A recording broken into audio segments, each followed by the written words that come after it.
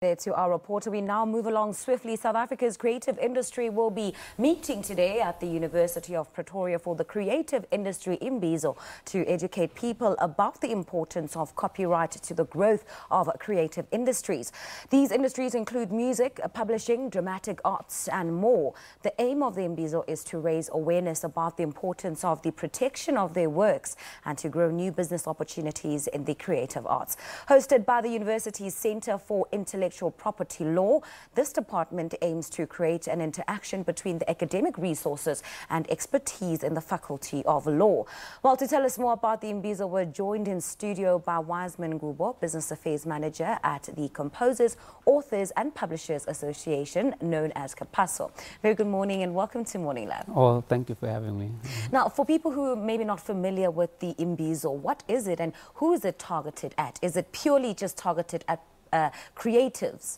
So essentially it's pitched at a wide spectrum of potential attendees, from the people who are within the creative industry itself to students who are at the varsity and to the general public who consume the creative content that our members create, because the whole idea is to create a holistic understanding of what copyright is and what it means practically in an everyday situation, from the time you switch on your TV, stream a song, or particularly download a photo if you need to, or take a photo. So it's basically just trying to create as much awareness about the potentials of the bill on our everyday interactions. Well, in your opinion or in your observation, what would you say is the key reason as to why we continue to see a lack of education amongst creatives or within the arts in terms of what this Imbizo seeks to do exactly?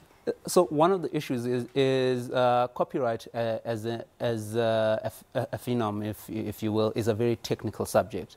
So the education around making people understand copyright and understanding it in a very reasonable and very practical way is very difficult.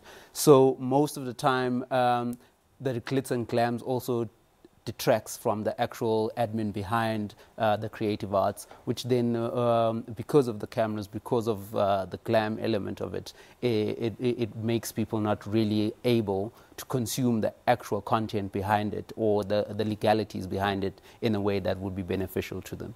So there's a less and less focus on the business side of it. Yeah. I hear what you're saying. Well, government recently proposed a bill to protect the rights of creatives.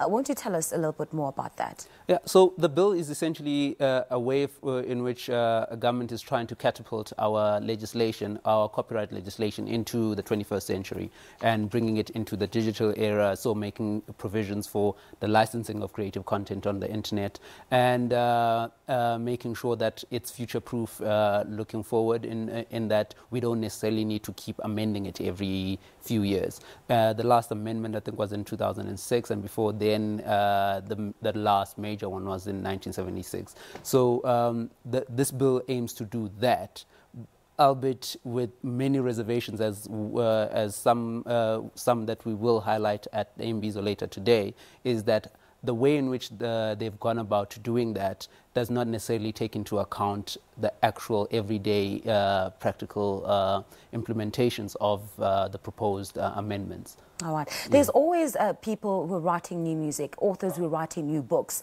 people who are in television who, write new concepts. Where can artists go to get their work copywritten? So effectively, copyright subsists automatically the moment you create copyright content or you affix an idea that is original enough to warrant copyright protection. You don't necessarily need to practically register it, at least not in South Africa. So it subsists almost automatically. So what you do when you go to organizations like some of our members is you are notifying them of the works that you've created so that they can license it collectively on your behalf. All right. Yeah. And with, digital, how do artists then, make it a point to still secure their work? Because geez, information on digital streams moves at lightning speeds.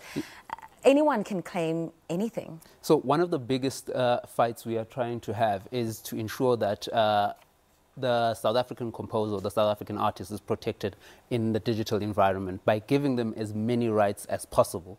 And that's what we're employing the government to do. Do not detract from giving composers and the creators of content as much protection as possible to then, with the proposed amendment, what it does is it gives more power to the multinational users like your Facebooks, like your YouTubes, to then be able to exploit copyright content at a very rapid rate without necessarily compensating the creators of that content fairly. Oh, geez, Wiseman, I could chat to you all morning. Thank you so much for making the time to come through today. That was Wiseman Gubo talking to us about the Creative Arts Indaba that is, of course, taking place today at the University of Pretoria. Time for a quick break. We'll be back.